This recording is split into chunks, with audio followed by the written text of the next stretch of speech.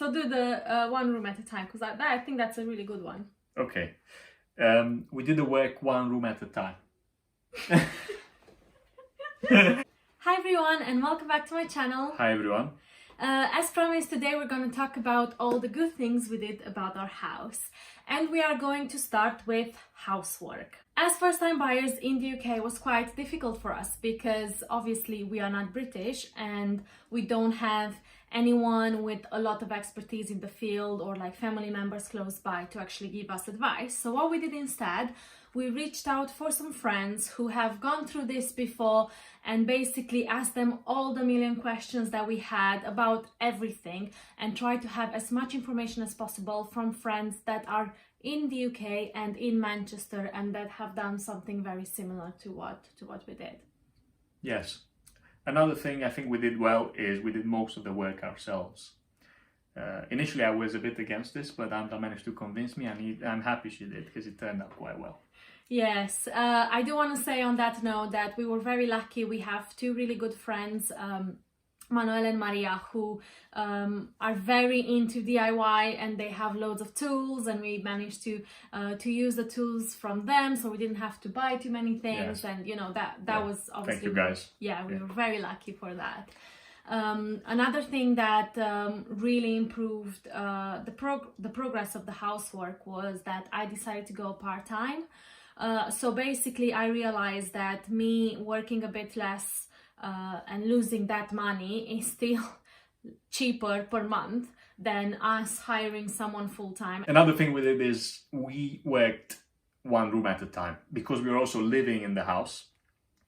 We started with the bedroom and then we basically we lived in the bedroom, and then we did the other rooms one by one. So that was a good thing for us, and it fit well with actually living in the house at the same time. Yeah, and I think it's a really good strategy for a full house refurbishment because basically none of the rooms were livable. So that's why we kind of did it one by one to reduce the amount of like stress and having too many projects at the same time. Yeah. Really good thing that really helped was done persistence. I'm quite like, and also I feel like workmen weren't really listening to me as much. Like I was like the nice person, blah blah, but Dan was always quite firm with them. But don't get us wrong, firm but nice at the same time. We still have good relationship with them because you don't want to have a bad relationship with your workers. We were still in pleasant terms and everything. Yes, exactly, of course, like everything is still fine, but sometimes you have to ask for it to get it, basically. Yeah. We mentioned before we had help from our friends, and that was great. We also had our parents helping us. So Andra's parents came over for a week. My parents came over for a week as well, and that really helped us, I think. Yeah, it's incredible when more people are joining. It's incredible how much faster things happen. It's really good. And the last thing about the housework is that we really tried to be quite creative.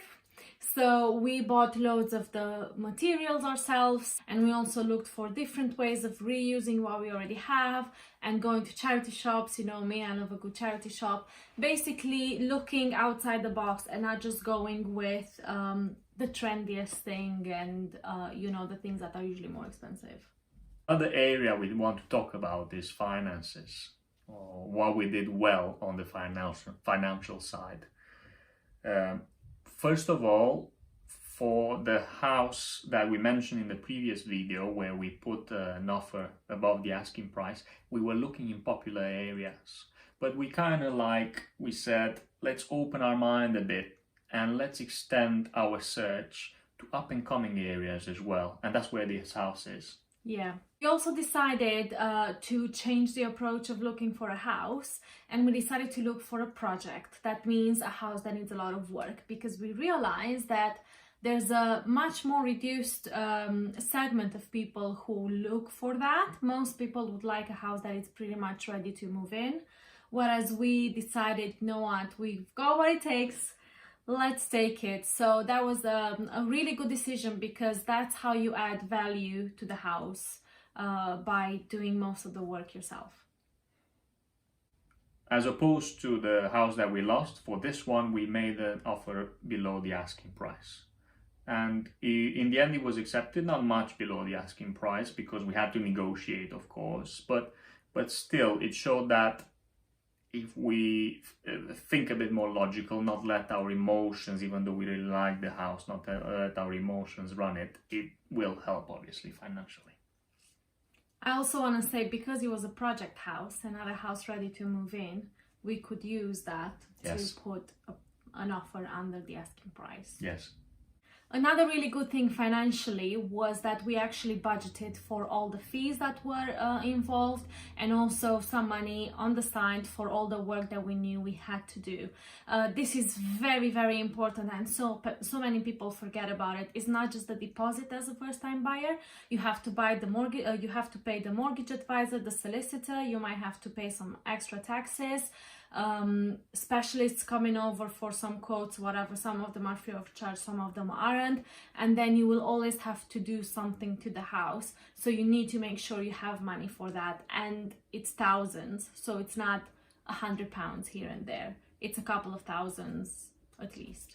Yes, and we tracked all these costs even while we were working on the house. When we were paying the builders, buying materials and so on, we tracked everything in a spreadsheet. We tried to go to as much detail as we could, as it made sense. And we're really happy that we did, because we had a picture of what, obviously, how much money we had, how much we spent on the house, how much there is still left to spend. Exactly, yeah. And also areas where we could save some money. Yes. That is actually quite connected to the next point, and that was to buy things when you can afford them. The tricky thing about today's economy is that basically you can buy almost anything with zero APR. Now the risk with that is that even if you only pay £100 or 100 something pounds for something per month, if you have 5 of those, that's already over £500 a month, just you paying back for your kitchen table and, I don't know, living room, sofa. So we decided to limit that as much as possible. We only bought our kitchen in installments, and to be honest, I kind of regret it.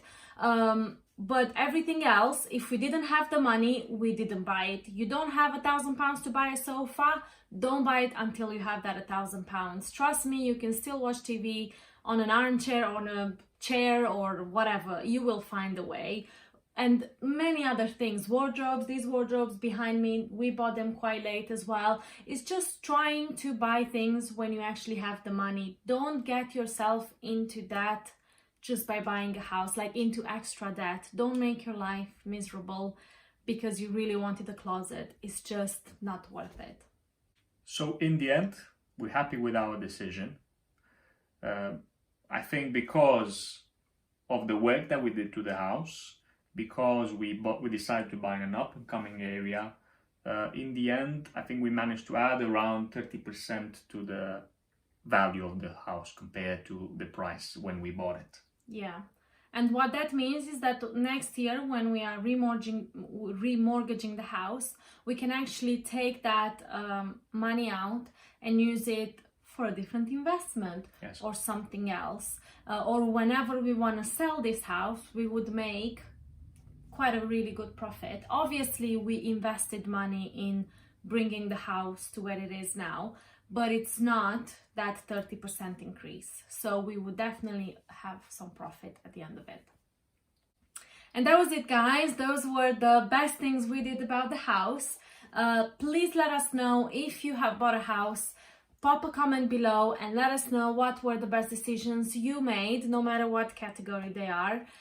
We just want to know, and hopefully people watching can get some ideas and apply them themselves next time. If you liked it, hit a like, subscribe button. Oh yes, subscribe. 70% of the people that watch my videos are not subscribed, so please subscribe because it's gonna help me. La casa, salut! Prima grădină și camera de zi. Thank you, guys. Great. Bye. Thank you.